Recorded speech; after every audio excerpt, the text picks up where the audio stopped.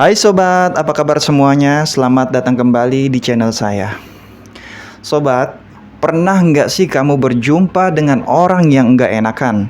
Atau jangan-jangan kamu tipikal orang yang sukar menolak ajakan teman kamu?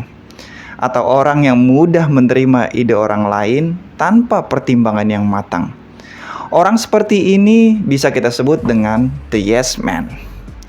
Oleh karena itu, pada kesempatan kali ini saya ingin membahas 7 bahaya menjadi the yes man. Tonton video ini dari awal hingga akhir supaya kamu memperoleh insight-nya. Check it out.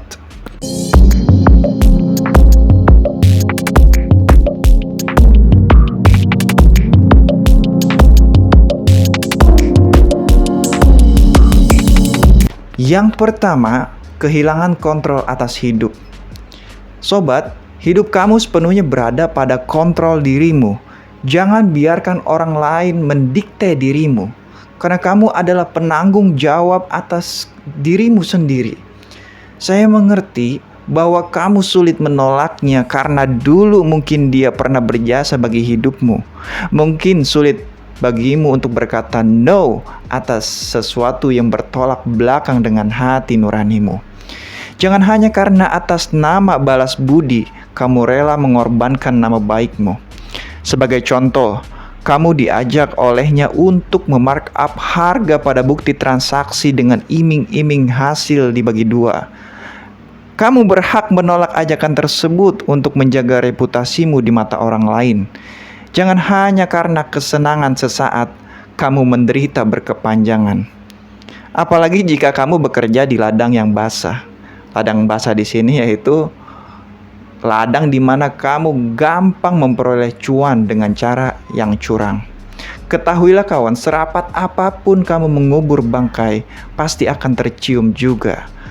Mungkin dengan berkata no bisa merusak hubunganmu dengan satu orang, namun itu yang akan menyelamatkan reputasimu bagi banyak orang.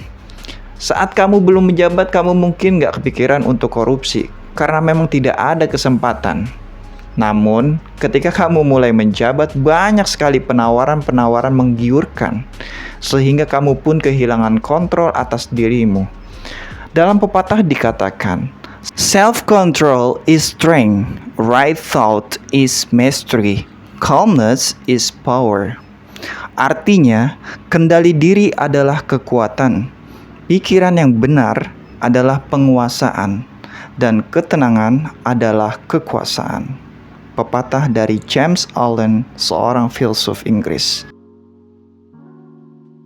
Yang kedua, membuat keputusan yang buruk. Sobat, kita sama-sama tahu bahwa pekerjaan tersulit di dunia ini adalah mengambil keputusan. Dalam mengambil keputusan, seseorang memerlukan ketenangan diri. Namun the yes man cenderung tergesa-gesa dalam mengambil keputusan. Dia sangat bergantung pada pendapat orang lain, sekalipun pendapat itu tidaklah make sense. The yes man tidak memiliki kepercayaan diri yang tinggi. Dia memiliki mentalitas pengekor, sekalipun harus mengorbankan dirinya sendiri. Dia seorang pemain aman, karena dia laksana layangan yang diombang-ambing oleh terpaan angin. Di mata masyarakat, the yes man dikenal sebagai orang baik karena dia kerap menghindari konflik. Dia mungkin jarang sekali protes terhadap sesuatu apapun dan selalu setuju dengan ide orang lain, seperti tak punya prinsip. Yang perlu kamu tahu sobat, bagi orang yang berprinsip, konflik itu menjadi keniscayaan.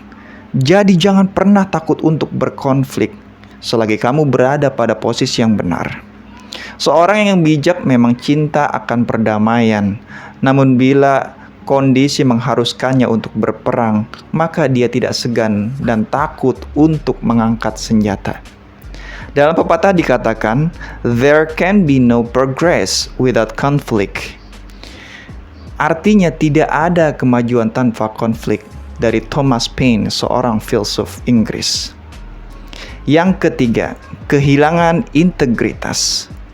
Integritas adalah sifat yang menunjukkan kemampuan seseorang untuk mempertahankan prinsip, kejujuran, dan kepercayaan. The yes man sangat berpotensi kehilangan integritas karena terlalu mudah dipengaruhi oleh orang lain. Sifat gak enakan inilah yang membuatnya laksana ikan mati yang bergerak mengikuti arus sungai. Sebenarnya dia tahu bahwa dia tidak semestinya melakukan itu, namun hanya saja dia kesulitan dalam mengambil sikap yang beresiko. Pada awalnya dia hanya mencari aman, namun lama-kelamaan dia masuk terperangkap pada hal yang lebih berbahaya. Saya pernah menyaksikan sebuah tayangan berita rekonstruksi. Ada seorang yang diajak oleh temannya untuk membuang sesuatu ke dalam jurang. Dia mengira hanya sampah biasa. Namun saat dia sampai di tepi jurang, temannya memberitahu bahwa barang yang ingin dibuang tersebut adalah mayat korban pembunuhan. Orang tersebut sebenarnya tidak ingin ikut campur dengan persoalan temannya, namun hanya saja karena nggak enakan. Pada akhirnya mau nggak mau dia turut membantu membuang mayat tersebut ke tepi jurang. Keesokan harinya polisi menetapkan temannya sebagai tersangka. Dan yang jadi pelajaran di sini nih, ternyata orang tersebut juga menjadi tersangka hanya karena ikut serta dalam kasus kriminal. Oleh karena itu, sebagai orang yang bijak, kita juga terkadang dituntut untuk bersikap tegas untuk menjaga integritas diri kita. Yang keempat, sering dijadikan kambing hitam. The yes man sering kali menjadi korban kejahatan orang lain. Dia menganggap orang lain sama baiknya dengan dirinya, sehingga kerap kali menjadi mangsa orang jahat untuk memuluskan rencana jahatnya. The yes man sangat mempercayai seseorang tanpa disadari orang tersebut sedang memperalatnya. Di dalam pepatah dikatakan, trust but verify. Artinya kamu boleh saja percaya, namun kamu perlu memverifikasi. Pepatah tersebut mengajarkan kita untuk boleh-boleh saja mempercayai orang lain, namun dengan syarat kamu harus memverifikasi kembali kredibilitas orang tersebut. Jangan membabi buta dalam mempercayai, karena hidup ini penuh intrik dan tipu daya. Kita memang tidak boleh mencurigai seseorang, hanya saja kita perlu waspada dan berhati-hati. Karena manusia memiliki potensi berbuat baik dan sebaliknya juga berpotensi berbuat jahat. Yang kelima, merasa stres dan kelelahan. The yes man akan selalu hidup dalam tekanan karena dia tidak memiliki kemandirian dalam berpikir dan menuangkan gagasan. Dia selalu menuruti aturan main orang lain, sekalipun itu harus menguras pikiran dan staminanya. Sebagai contoh, seseorang yang mengikuti arisan komunitas dengan nominal rupiah yang cukup besar.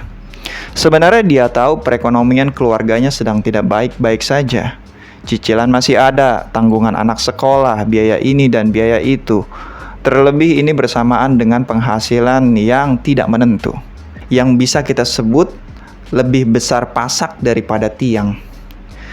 Namun, dia enggan menolak ajakan arisan komunitas tersebut yang pada akhirnya memberatkan hidupnya serta menciptakan stres yang berkepanjangan.